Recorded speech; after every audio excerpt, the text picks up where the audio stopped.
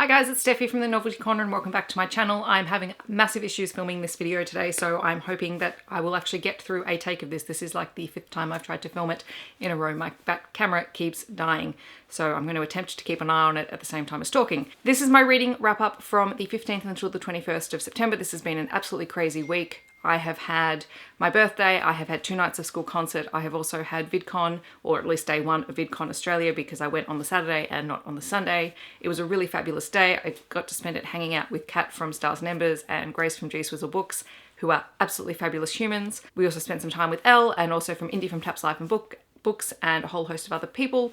I will include a little bit of footage at the end. It's not a vlog because I didn't vlog because I still feel awkward doing that, even though VidCon is where all my people are really. There is some footage of Grace and Kat and their cosplay efforts. There's a bit of Hank Green's creator keynote address, and there's also a really quick whip around from dinner because there was a whole bunch of booktubers who caught up for dinner after VidCon, which was really lovely. But it was an awesome day.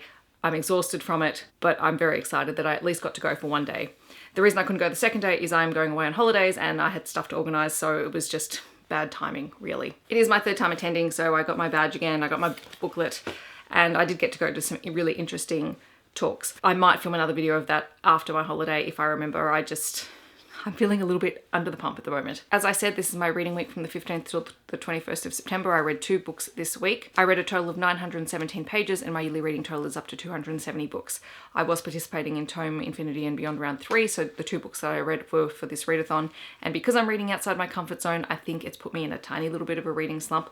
But that said, it's also been a really hectic week as well. So I think it's just a whole lot of things that have caused me to not really be interested in reading very much over the last 7 days. The first book that I read was Infomocracy by Malka Older. This is a 2016 release from Tor and I gave it 3 out of 5 stars. This was my pick for South America because I think Malka Older is South American or something like that. It came up on the South American / Latinx science fiction to read lists.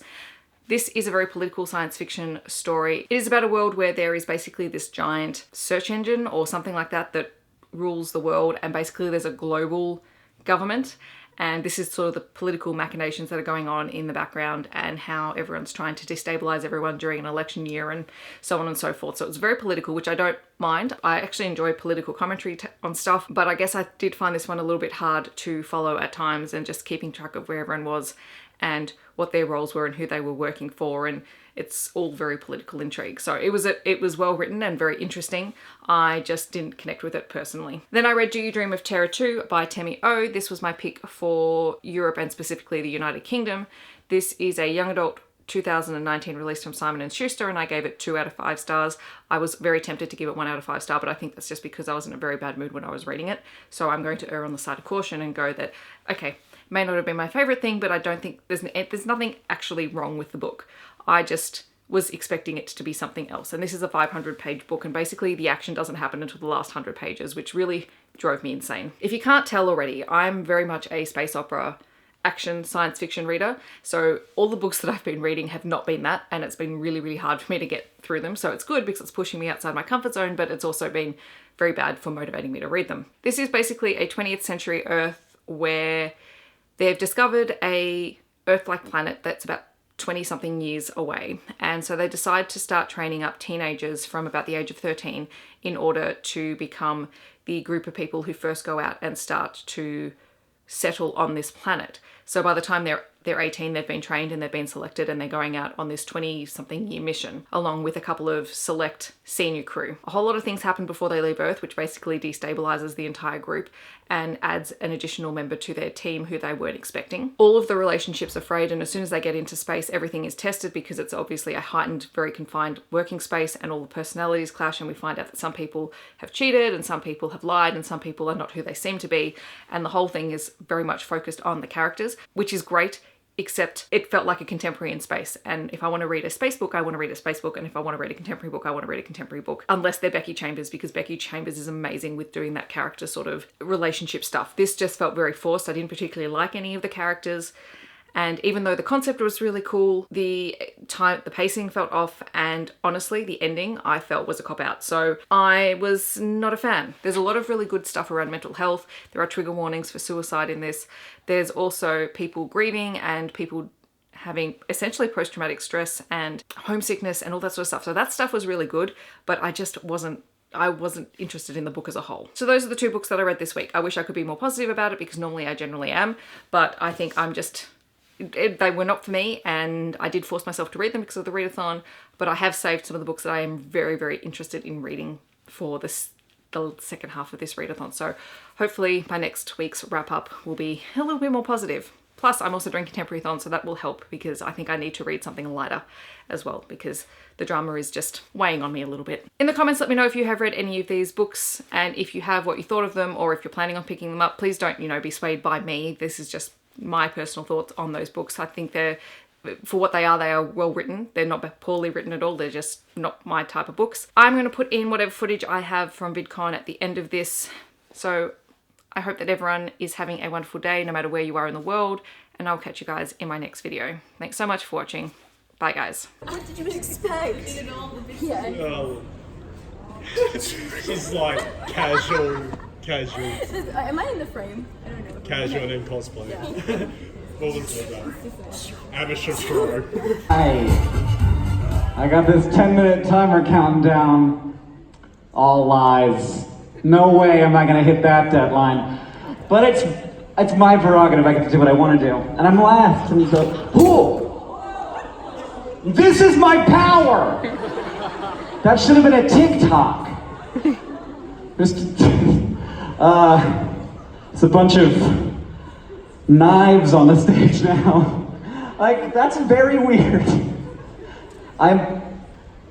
So I just have too much power. Which weirdly is what I want to talk about today. We've had a lot of great chats on this Creator Track keynote stage today. A lot of specific stuff, a lot of talks about how to motivate ourselves. This stuff is super important. I've done like specific VidCon Creator Track keynotes before where I talk specifically about what I want, like how I make content, how I think about how to make better stuff, just like we just heard. And I think that you can find those talks on YouTube.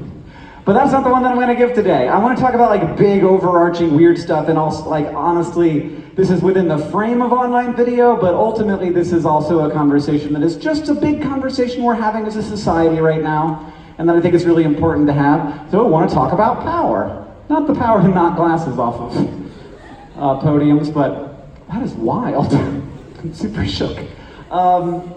But about how we imagine power and how we imagine power organizing itself and how it actually happens.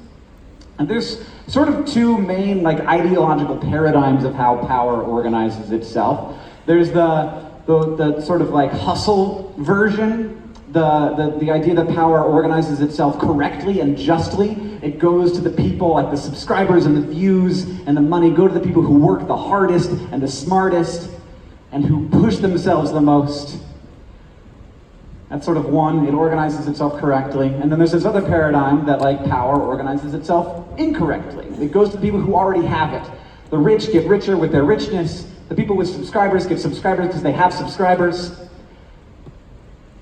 And when we are sort of like picking which one of those things are gonna believe in, and I think that ultimately it's probably for our personal success better to pick the first thing. To think to ourselves, ultimately, I can only control myself and my own actions, and so I'm gonna think to myself, the only thing that matters with regards to my success is how hard I work, and that's gonna get you out of bed in the morning, that's gonna make you push.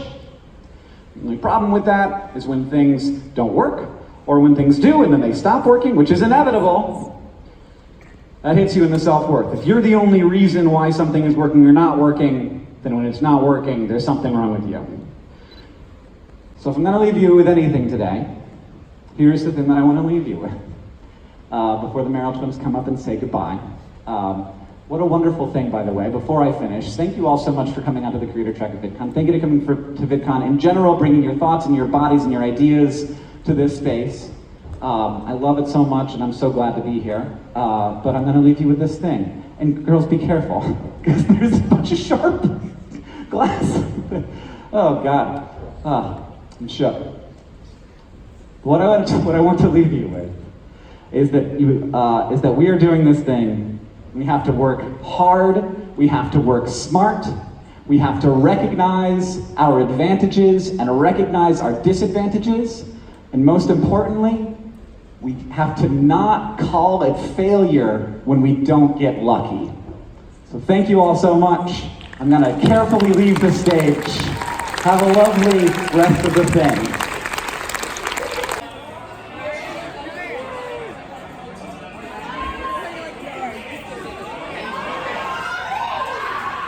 Ha ha ha.